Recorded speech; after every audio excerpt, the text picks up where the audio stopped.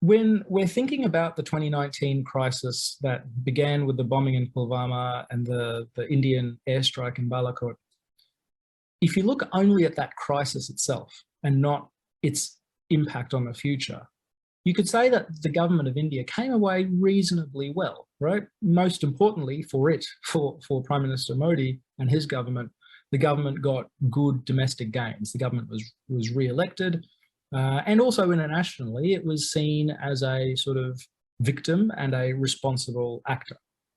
The biggest cost, I would suggest, for India were the emergence of questions or doubts over India's military performance, especially with the Balakot airstrike itself. There were big questions being asked that were never answered over whether the airstrike hit and destroyed the target it was intended to.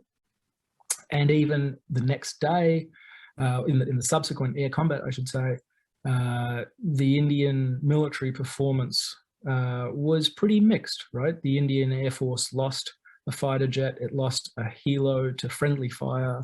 So in just a very relatively small skirmish, there were big questions over Indian military performance. And this was, I would suggest, compounded by pretty ineffective information operations by the Indian military. There was never any clear messaging over what the Indian military did or didn't accomplish. The messaging was muddied by politicians and a lot of media speculation. And this allowed doubts and speculation to get away from it. And so I think that was probably the biggest cost at the time for India. We'll see what the longer term implications are. For Pakistan, I think Pakistan came away looking relatively responsible because they returned the captured pilot, the captured Indian pilot, and they de-escalated, and there was a relatively measured response to the Balakot airstrike. But I'd suggest the biggest cost for Pakistan was that it undermined their old game plan of brandishing the nuclear threat at the first instance of crisis. Previously, they could rely on this nuclear threat, either implicit or explicit or both, to stop Indian action.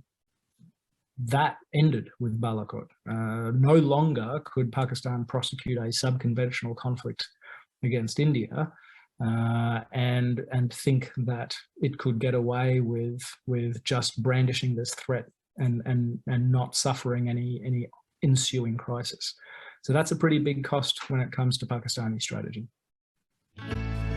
If you enjoyed this video and want to learn more about the Pulwama-Balakot crisis, please check out the other videos in our special series and go to stratlearning.org to enroll for free in our online courses.